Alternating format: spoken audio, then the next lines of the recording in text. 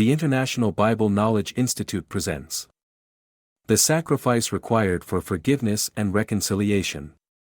Randolph Dunn. The time for the sacrifice required for the forgiveness of sins is near.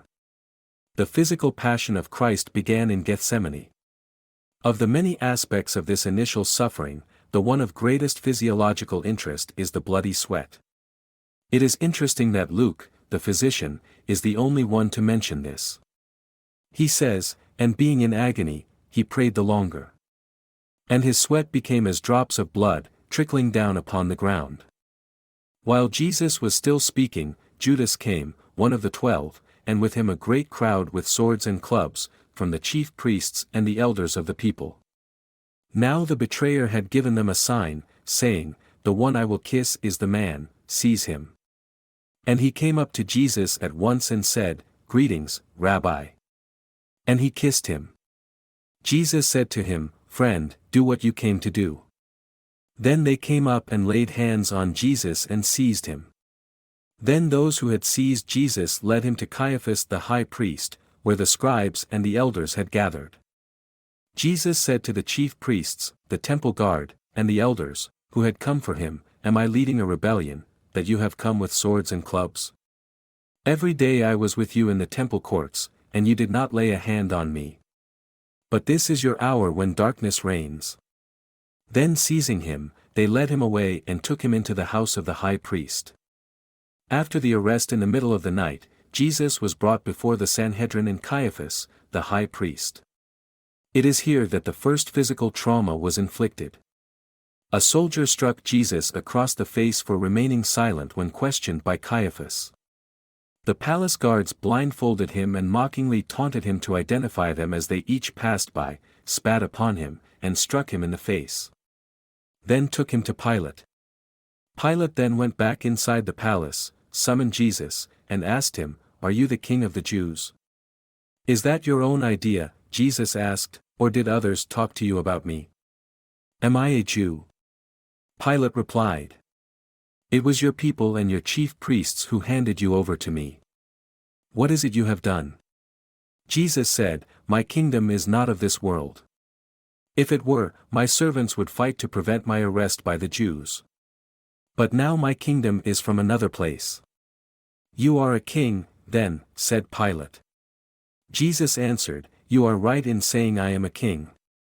In fact, for this reason, I was born, and for this I came into the world, to testify to the truth. Everyone on the side of truth listens to me." "What is truth?" Pilate asked. The Jews insisted. "We have a law, and according to that law he must die, because he claimed to be the Son of God." When Pilate heard this, he was even more afraid, and he went back inside the palace. "Where do you come from?" he asked Jesus, but Jesus gave him no answer. "Do you refuse to speak to me?" Pilate said. "Don't you realize I have power either to free you or to crucify you?" Jesus answered, "You would have no power over me if it were not given to you from above. Therefore, the one who handed me over to you is guilty of a greater sin." In the early morning, battered and bruised, dehydrated, and exhausted from a sleepless night, Jesus is taken across the praetorium of the fortress Antonia, the seat of government of the procurator of Judea, Pontius Pilate. You are, of course, familiar with Pilate's action in attempting to pass responsibility to Herod Antipas, the tetrarch of Judea. Jesus apparently suffered no physical mistreatment at the hands of Herod and was returned to Pilate. Adapted from A Physician Testifies About the Crucifixion, Dr. C. Truman Davis. It was in response to the cries of the mob that Pilate ordered Barabbas released and condemned Jesus to be scourged and crucified. The soldiers led Jesus away into the palace, that is, the praetorium, and called together the whole company of soldiers. They put a purple robe on him, then twisted together a crown of thorns and set it on him. And they began to call out to him, "Hail, King of the Jews!" Again, and again, they struck him on the head with a staff and spit on him. Falling on their knees, they paid homage to him. And when they had mocked him, they took off the purple robe and put his own clothes on him. There is much disagreement among authorities about the unusual scourging as a prelude to crucifixion. Most Roman writers from this period do not associate the two. Many scholars believe that Pilate originally ordered Jesus scourged as his full punishment and that the death sentence by crucifixion came only in response to the taunt by the mob that the procurator was not properly defending Caesar against this pretender who allegedly claimed to be the king of the Jews. Dr. D.C. Truman Davis wrote that preparations for the scourging were carried out when the prisoner was stripped of his clothing and his hands tied to a post above his head. It is doubtful the Romans would have made any attempt to follow the Jewish law in this matter, but the Jews had an ancient law prohibiting more than 40 lashes. The Roman legionnaire steps forward with the flagrum in his hand. This is a short whip consisting of several heavy, leather thongs with two small balls of lead attached near the ends of each. The heavy whip is brought down with full force again and again across Jesus' shoulders, back, and legs. At first, the thongs cut through the skin only. Then, as the blows continue, they cut deeper into the subcutaneous tissues, producing first an oozing of blood from the capillaries and veins of the skin, and finally spurting arterial bleeding from vessels in the underlying muscles. The small balls of lead first produce large, deep bruises which are broken open by subsequent blows. Finally, the skin of the back is hanging in long ribbons and the entire area is an unrecognizable mass of torn, bleeding tissue. When it is determined by the centurion in charge that the prisoner is near death, the beating is finally stopped. The half-fainting Jesus is then untied and allowed to slump to the stone pavement, wet with his own blood. The Roman soldiers see a great joke in this provincial Jew claiming to be king.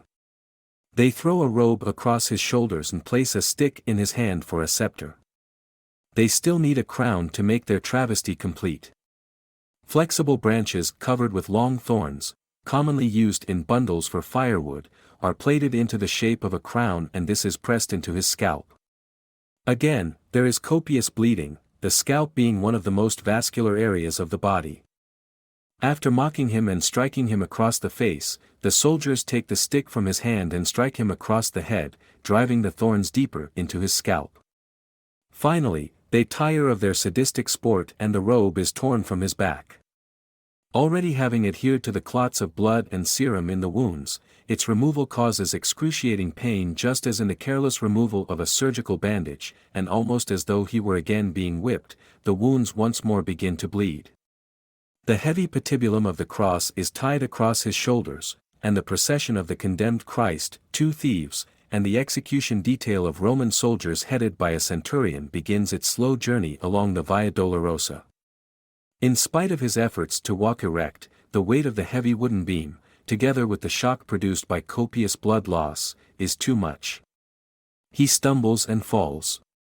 The rough wood of the beam gouges into the lacerated skin and muscles of the shoulders. He tries to rise, but human muscles have been pushed beyond their endurance. The centurion, anxious to get on with the crucifixion, selects a stalwart North African onlooker, Simon of Cyrene, to carry the cross. Jesus follows, still bleeding and sweating the cold, clammy sweat of shock until the 650-yard journey from the fortress Antonia to Golgotha is finally completed. Jesus is offered wine mixed with myrrh, a mild analgesic mixture. He refuses to drink. Simon is ordered to place the patibulum on the ground and Jesus is quickly thrown backward with his shoulders against the wood. The legionnaire feels for the depression at the front of the wrist. He drives a heavy, square, wrought iron nail through the wrist and deep into the wood. Quickly, he moves to the other side and repeats the action, being careful not to pull the arms too tightly, but to allow some flexion and movement. The patibulum is then lifted in place at the top of the stipes and the titulus reading, Jesus of Nazareth, King of the Jews, is nailed in place. The left foot is now pressed backward against the right foot, and with both feet extended, toes down, a nail is driven through the arch of each, leaving the knees moderately flexed.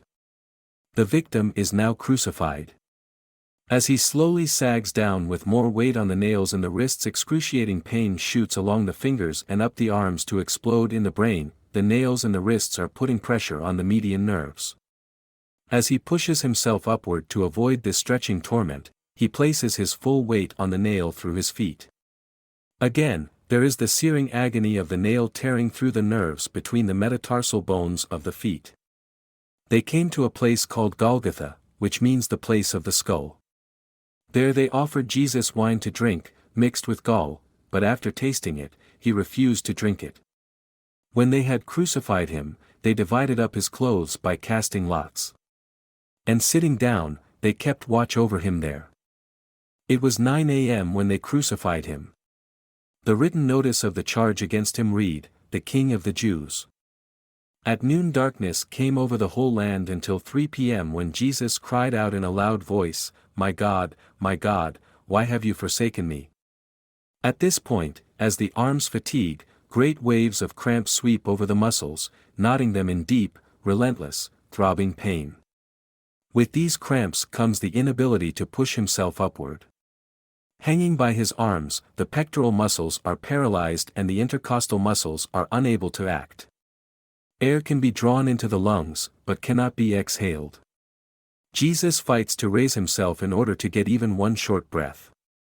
Finally, carbon dioxide builds up in the lungs and in the bloodstream and the cramps partially subside. Spasmodically, he is able to push himself upward to exhale and bring in the life-giving oxygen. It was undoubtedly during these periods that he uttered the 7 short sentences recorded. The first, "Father, forgive them for they know not what they do." The second, to the penitent thief, "Today thou shalt be with me in paradise." The third, looking down at the terrified, grief-stricken adolescent John, said, "Behold thy mother." Then, looking to his mother Mary, "Woman, behold thy son." The fourth cry, my God, why hast thou forsaken me?" Hours of limitless pain, cycles of twisting, joint-rending cramps, intermittent partial asphyxiation, searing pain where tissue is torn from his lacerated back. He moves up and down against the rough timber enduring hours of limitless pain, cycles of twisting, joint-rending cramps, and intermittent partial ASP. Then another agony begins, a terrible crushing pain deep in the chest as the pericardium slowly fills with serum and begins to compress the heart. One remembers again the 22nd Psalm, the 14th verse, "I am poured out like water, and all my bones are out of joint, my heart is like wax, it is melted in the midst of my bowels." It is now almost over. The loss of tissue fluids has reached a critical level, the compressed heart is struggling to pump heavy, thick, sluggish blood into the tissue, the tortured lungs are making a frantic effort to gasp in small gulps of air. The markedly dehydrated tissues send their flood of stimuli to the brain. Jesus gasps his 5th cry, "I thirst." One remembers another verse from the prophetic 22nd Psalm, "My strength is dried up like a potsherd, and my tongue cleaveth to my jaws, and thou hast brought me into the dust of death."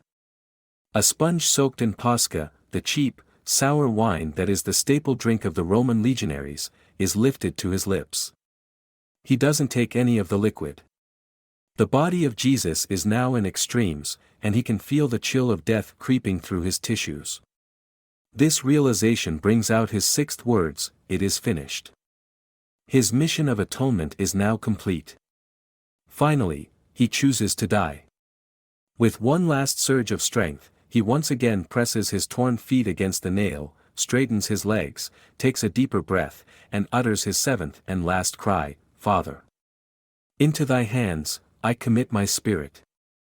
Matthew states, they had crucified him and sitting down, they kept watch over him there, from the 6th hour until the 9th hour darkness came over all the land. Mark put it this way in chapter 15 verse 33, "At the 6th hour darkness came over the whole land until the 9th hour." It was preparation day, that is, the day before the Sabbath.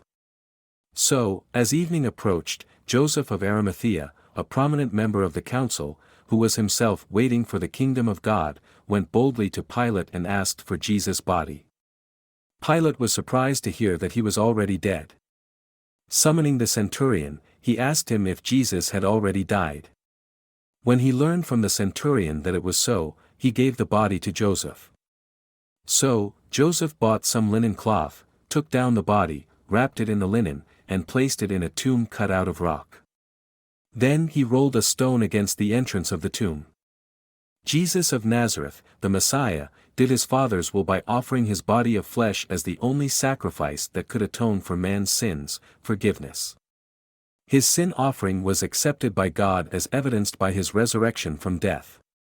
Without his resurrection, Jesus' death would have been meaningless, no different than all mankind. Thanks for listening to the International Bible Knowledge Institute's lesson from God's Word. IBKI's objective is to provide Bible lessons to all who seek to learn about God and His will. The International Bible Knowledge Institute has more audio Bible lessons. So, be sure to subscribe to our channel. Also, our website, thebiblewayonline.com, has many other lessons that can be viewed online or downloaded, and it has links to several languages. Our hope is that these Bible lessons have brought you closer to God, and to have increased your desire to do His will.